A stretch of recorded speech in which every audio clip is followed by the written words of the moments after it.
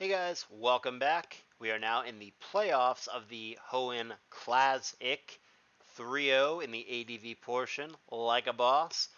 And as a refresher, as I do at the beginning of all these videos, this is the team that we, and by we I mean I, drafted. Pretend the Torkoal and the War Turtle aren't there. We've got the 6 Pokemon on the top. And our playoff opponent in the opening round here is, actually I think it's the second round because I think Jabba got a bye. But the first match that we're actually playing is Zern. And unlike the other players that we've played up to this point, Zern is someone that I'm actually familiar with. In fact, I invited him to play-ins of CALLOUS Invitational 7. He did play. I think he might have won a match. He either went out in the top 8 or the top 4, but I know Zern. He's been in SPL. He's a good player, solid guy overall, and I respect his play. I don't know if it just worked out like this by coincidence or if he was just kind of memeing, but he does, in fact, have all 3 final evolutions of the Gen 1 starters. Like I said, don't know if that was just him being cute or if it just happened to work out that way, but that was immediately noticeable to me. That being said, the moment that I saw this, I thought that it was probably a good matchup for Jabba. My initial inclination when I approached him is like, hey, I think we're going to win. I think it's a good matchup. But then when I started looking at it a little more closely, dove into it a little bit more, I realized, it's still probably like a fine matchup, but it's not nearly as good of a matchup or as much of a stomp as I initially, at a glance, thought that it might be. So let's go over to the team. This actually, we actually changed it a little bit after this, as it turns out, but we can just, we'll go over it in the notes. This is mostly right. So this is everything but the Regirock is right. So the Lax here, the substitute, ends up being crucially important. I had to change the team over and over and over again, the Lax in particular. I was ultra paranoid about the possibility of Charm Umbreon, and I kept driving myself insane with it because there's other sets that are way better if he doesn't bring Charm Umbreon, and really, the odds are probably better that he doesn't bring it than he does. It's so niche and so weird, but substitute blocking Charm actually could be really, really important, and all the other Lax sets that I had come up with get cucked by Charm Umbreon, so I didn't want that to be a thing. So we ended up with this weird set, and I do believe that it was the right call. We've got this weird Rest Talk Milo. We'll go over that in the notes. Gyarados here. Standard set, actually. Kind of thing you would see in OU. DD, 2 attacks, and Taunt. Salic Berry, but not Reversal here. Pretty weird. Got this Regirock that I said is mostly right. We'll talk about that in a minute when we get to the notes, but we did change one crucially important thing. And then we've got this Sceptile that is just subbing down to coverage and Pattaya. Back to the notes, and this one being playoffs, I was pretty thorough with this one. So, the problems that I kept having revolved around the Venusaur. If the opposing Venusaur, which he's definitely bringing, is max speed, which I very much thought would be the best possible set against us out of the Venusaur options, then it outspeeds 5 of our 6 Mons unless we go max speed Medi, and even in that case, it's just a tie. So, as it turns out, our team, as a refresher, let me just pull that up, our team is kind of slow, honestly. Sceptile's fast, Metacham's like kind of sort of fast-ish, but yeah, some of this other stuff on the chonky side. So back to the notes. I told him to make a point to look out for what hidden power the Venusaur is, because, for example, if it's HP Fire, which it probably shouldn't be against us, but just stick with me, then his speed IV would be 30, and our Metacham would, in fact, outspeed. And that matchup could matter, for sure. So the Venusaur in general, sleep powdering any of our things, which it's going to have a lot of opportunities to do because it's faster than most of our team, is one of the biggest challenges of the matchup. We're also only okay at hitting the Venusaur with our normal sets, so I've gone out of the way to help the issue. and I gave both Milo and Medi things they don't normally have for the Venusaur. So going back, Ice Beam and also Rest Talk, and then this funky HP flying here is very much, like exclusively in fact, with the stupid Venusaur in mind. So we discuss here what I talked about, touched on a little bit briefly, the possibility of Charm Umbreon. It made me change the lax multiple times. I thought about a boom set. I thought about trying to rest talk him because I think he actually has a hard time killing that. But all of those things are very much threatened by the stupid charm set.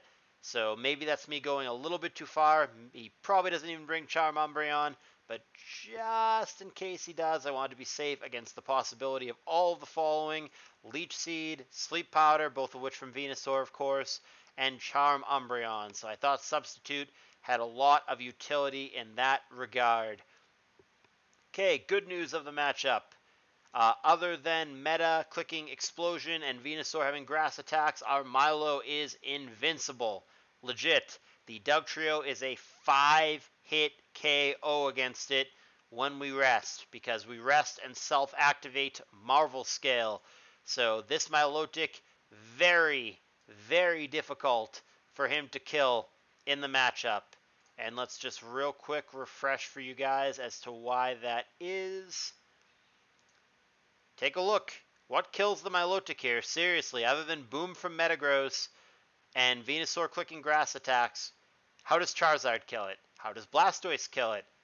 Dugtrio, like we just said, 5-hit KO, and Umbreon does not kill anything. Now, granted, there is the possibility that he brings the Grand Bull, which does have a reasonably high attack stat, but it's the same shit as with Dugtrio.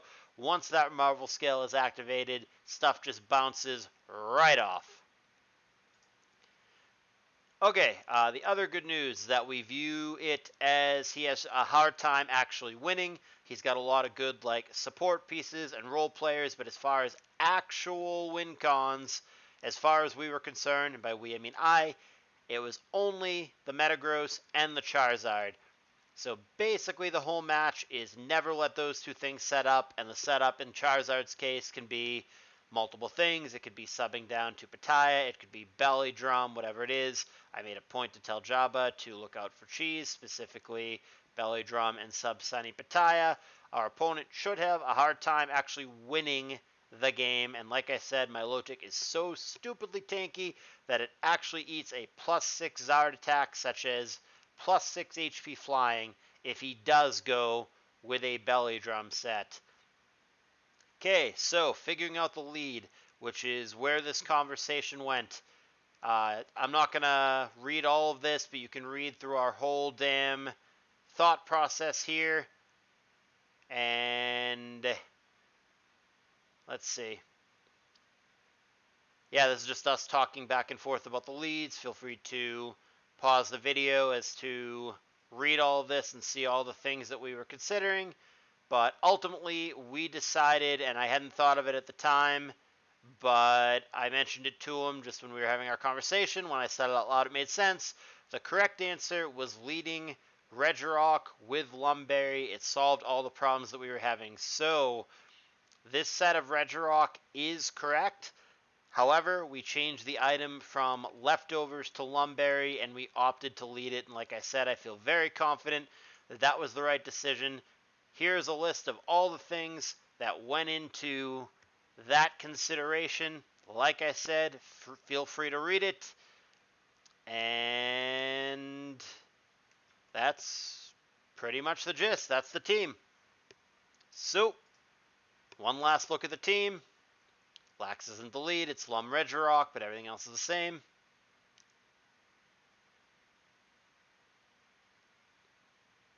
Got it?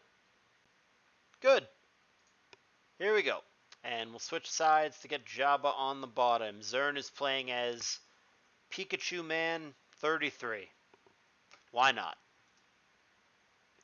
Okay, so as we discussed, Lum Regirock lead. As it turns out, all for naught, our opponent led with Blastoise. Gonna yawn here against the Milo, and our opponent is probably pretty surprised that we're going to allow the Milotic to get yawned to sleep. But, of course, we know that we have Sleep Talk, and we're going to find Ice Beam immediately as Venusaur comes in, so that's cool. Here comes Lax, gets immediately Leech Seeded, real obnoxious with our fat HP pool, got to get out of the way. One of the things that we thought he might bring, whether it's the Umbreon or the Dugtrio, obviously didn't come because he did in fact bring the Grand Bull, and in comes the Milotic again. Even with bulk up, you will see how pathetic the damage is if he opts to attack here. Ice Beam there bounces off. He's going to Heal Belt away his own paralysis, sure. Still sleeping. Surf there with a crit obviously helps. And the return, and this is at +1 mind you, only does 37% because Marvel Scale is broke. So he shows the Umbreon there. That probably means that he didn't bring the Dugtrio. That would be my assumption. He's got Wish floating. Rock Slide here doesn't matter. I think Jabba didn't T-Wave there because he didn't want to get it synchronized back. And there is Milotic again. Taking a very long nap, but like I said, legit invincible here. Save getting boomed on or hit with grass attacks. Woohoo on that surf. 10%. Jabba's just fishing for freezes, and he finds one. Not that Blastoise is all that important in the matchup, but obviously we want to freeze stuff if we have the chance to do so. Gonna get Sceptile in on a Frozen Poke. This is good. Gonna sub up on the Frozen Poke and or the switch. Turns out to be a switch. Hidden Power. As you guys may remember, it is Fire. And Sludge Bomb obviously super effective against Sceptile. Gonna break the sub. Sub again, possibly thinking that his opponent might Leech Seed. Didn't happen. And by Leech Seed I mean Sleep Powder. This was tragic that we got Poison, but we do have Lumberry. T-Wave there. Venusaur would be a wonderful thing to get waved, but opponent didn't let it happen. Remember here, we have HP Flying, so going to go for that. We get Giga Drained, but he's still very much in range to where HP Flying would kill, so he's got to switch. Jabba knows that he's going to switch, so we sub. Salic Berry makes us faster than stuff. Here come the attacks. 34%, not that exciting, but it's what we've got. Obviously some kind of mix set on the other side. Jabba loses the first poke. Zern with the lead. Double back. Here's Milo. Gets it in on Umbreon. Take that, Umbreon. 19%. Unfortunately, Wish is floating. And we're going to go for the Ice Beam. And Freeze Claws activated. Meaning, we tried to freeze that. We were going to freeze that. But we can't freeze more than one thing, so Metagross is safe. Here comes Lax. Another Wish floating. Umbreon seems like a difficult poke for us to kill. And we did, in fact, bring the substitute set for a reason. He did bring the stupid Charm Umbreon.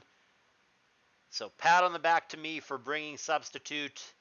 Maybe it'll matter later in the match. Cough, cough, hint, hint, foreshadowing. Also, we connect with the power on the Metagross.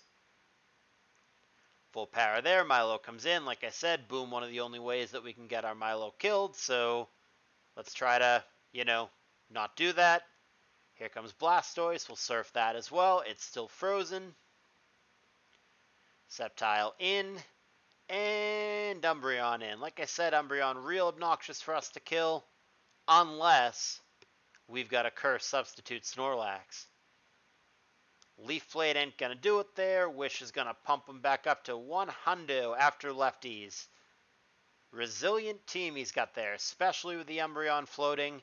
And a lot of Jabba's stuff starting to get low, so I can understand why one might look at this matchup and be like, it's really not going so good. And Zern is a good player who I think built and drafted and prepared well. The sets that he has all make sense. I give a lot of credit to Zern. I genuinely think he's a good Pokemon player. Mash there was through Para, and the reason that we went second is for this exact reason. We clicked counter. It's interesting that he brought the Dugtrio, so he did not bring Charizard, which I thought was one of his 2 only real win conditions. So, okay, works for me. And Taunt there is going to find an unwelcome and unexpected surprise. HP Electric is the last move. I guess we don't know the other move, but HP Electric on Umbreon. There you go. There's your last move, Protect. So, yeah, he's got Wish Charm, HP Electric, Protect, which is a great set for this matchup. It's the perfect set for this matchup. Like I said, I give a lot of credit to Zern. A lot of what he did makes sense. I'm not sure about the whole not bringing the Charizard thing, but with the stuff that he did bring, the sets are absolutely correct. And this is not going to be an easy match to win, but we do have a plan. And Jabba's very good at Body Slam paralyzing things that aren't Umbreon, so it doesn't get synchronized back. But yeah, here's where the beauty comes in. So we land a substitute against a paralyzed opponent, and then the curse there is going to make it so the Sludge Bomb doesn't pop the sub. And remember, it is a very large sub because it's a fourth of the max HP, which is obviously very high for Lax.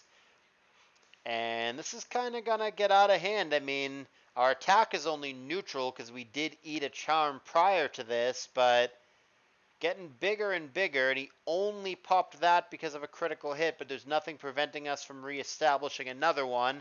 He's going to obviously hope that we don't do that, which is why that he Leech Seeded there, but Jabba has at least half a brain and managed to substitute and block Leech Seed.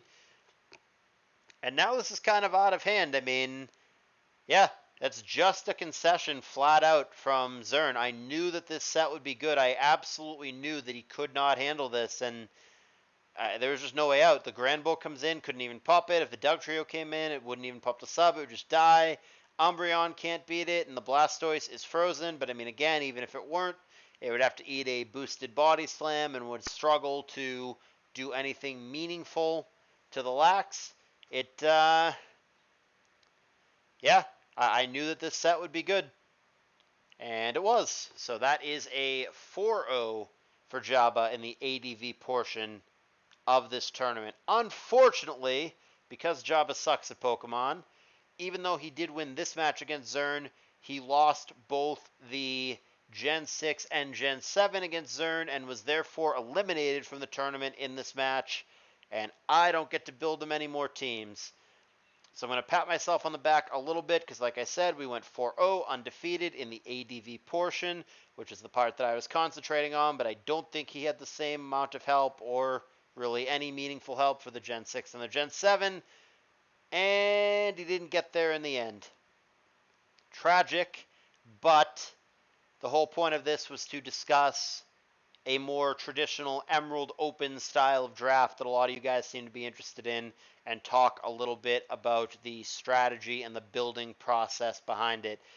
I know this wasn't quite as detailed as the Emerald Open series that I did, and that's because, like I said, a lot of these games happened months ago, and it's not really fresh in my mind anymore, but something that you can do and are encouraged to do is to go back, pause the video, and read the conversations between Jabba and I, because when the things were fresh in my mind, I gave a lot of detail and specific reasons as to why I did the things I did in the builder.